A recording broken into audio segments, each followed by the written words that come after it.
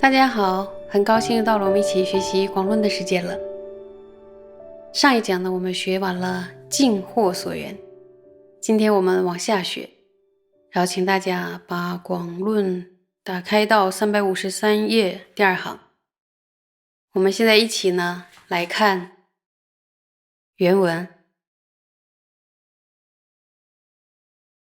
此中尽行所缘，如所宣说，亦除贪等上品行者之贪等，依此亦得胜三摩地，故是殊胜所缘。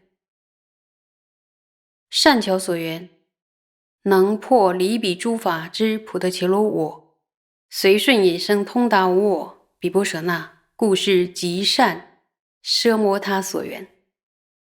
尽惑所缘，能总对治一切烦恼，故亦极大。遍满所缘，离前所缘，非更别有。这4种所缘当中呢，尽行所缘如同所说的，容易去除贪欲等猛烈现行者的贪欲的这些烦恼等等，并且呢，依着尽行所缘，很容易就获得三摩地。所以呢，尽行所缘是殊胜的所缘。那么善巧所缘呢？善巧所缘破除了不属于这些法的普特伽罗我，所以呢，随顺于引生通达无我的毗波舍那，透过缘着善巧所缘来修，注意，透过缘着善巧所缘来修，容易引生通达无我的毗波舍那，所以是极为善妙的奢摩他的所缘。尽惑所缘呢，能成为总体的烦恼的对治品，所以呢，意义是非常重大。周遍所缘呢，就含摄在上面的这些所缘当中，除了上面这些所缘之外呢，并没有另外的周遍所缘。所以呢，这4种所缘都有特殊的目的，或者是为了去除烦恼的现行，或者是随顺引生通达无我的毗波舍那，并不是随意的缘。所以呢，并不是呢自己想缘着什么就缘着什么，它不是一个很随意的事情，它是很慎重的，都有其特殊的意义存在。那么在释迦合著里面，巴首尊者有解释到说，这里提到的善巧所缘，是不是指这些所缘是善巧者的所缘呢？答案是不是。善巧所缘是指呢，修行者透过修持这些所缘，然后会成为善巧者的意思。所以呢，现在修持这些的普特伽罗，实际上是愚痴增上的人啊，并不是善巧者。但正因为愚痴增上，所以才要修善巧所缘。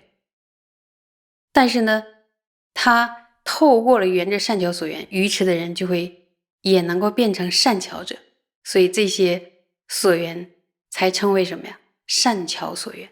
所以它是一个从因到果的这样的一个训练。正因为是愚痴的，所以才缘这些所缘，然后修炼之后就变成善巧所缘。所以他就在结果那等着我们说这是善巧所缘，还是蛮激励我们去修的。再看下一段，故当依具足殊胜所为之奢摩他所缘修三摩地，或以块石草木等为所缘依处而修定者，自显未达妙三摩地所缘建立。那么这一段话在说什么呢？这段经文说，所以修行者必须要依靠具足殊胜目的的奢摩他的所缘来修习三摩地。因此呢，如果是以石块呀、树枝啊这些作为所缘的依处而修定，宗大师会认为说，这些人显然是不了解三摩地所缘的这个论述。那么在四家合注里边呢，禹王大师也解释说，缘着就是树枝啊、石块，以及单纯的缘着内心的清晰明了，就是他内心是很干净的这样的一个状态，来修的话，能不能修成寂止呢？大家想一想，实际上也能修成寂止的。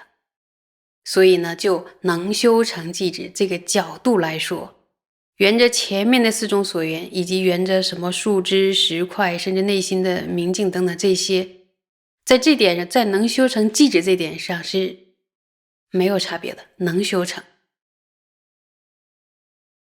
但是呢，由于缘着佛陀所说的修定的所缘，在修定的时候呢，注意在修定的时候附带有附加很大的这个附带的功效，附带呢也能成为比较强猛的烦恼的对治品，很吸引人吧？他一边修定一边比较强猛的烦恼的对治品也修了。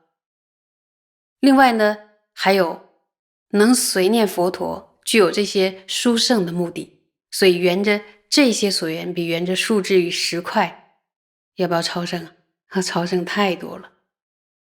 然后就像一个人决定了做一件事情，在做这件事情的时候，然后把很多其他的急事附带一并都处理了，那你说他是不是非常有能力呢？是很厉害。所以呢，如果修禅定的时候，不只是为了获得奢摩他而修，注意，不只是为了获得奢摩他而修，那么在修定还能怀着什么样的愿望呢？就是希望能够断除自心中强烈的烦恼，那么呢，就应该缘着净行所缘来修习奢摩他。比如说，像贪心很强烈的人啊，透过净行所缘，在获得奢摩他的时候，同时能不能减少贪心？是可以的，因为有强烈的对治。那么透过善巧所缘，在修习奢摩他的时候，不只是可以成就世间的奢摩他，也能引发出世间的什么呀？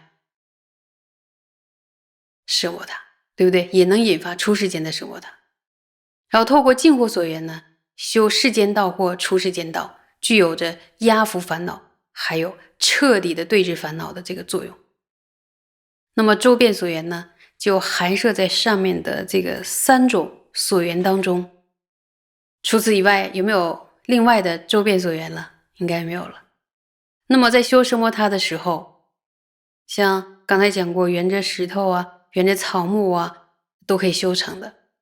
只不过你这样修定修成了之后呢，其实顺带的那些功德，那些作用就承办不了。所以这里就显示了一个由于所缘的差别，然后所显示的修道所得到的结果的不同，那么就内外道在所缘上就是有很大的差别了。那么当哪个烦恼的势头比较强盛的时候，要能够制服它的势头，然后意念佛陀，这是仁波切讲，然后意念佛陀，然后累积殊胜的福报，在修的时候呢，能让福智资粮迅猛的增长，然后透过这种方法而修奢摩他呢，是非常殊胜。所以内道的奢摩他的修法比外道的修定的方法，大家想想是否是更胜一筹呢？更加的超胜。因为如果办一件伟大的事情的同时，而且办成了其他的更大的那个事情，那这件事何乐而不为呢？所以在这个所缘的问题上，如果能够依照传承的教授，然后看一看佛陀的教诲是什么，然后祖师佛菩萨怎么解释这个传承的教授，然后能够得到清净的这个所缘的这个教授的话，在如法的修行的话，我们会不会节约很多时间，而且会有很多很多的意外收获呢？所以说还是很令人欢喜的。大家认为呢？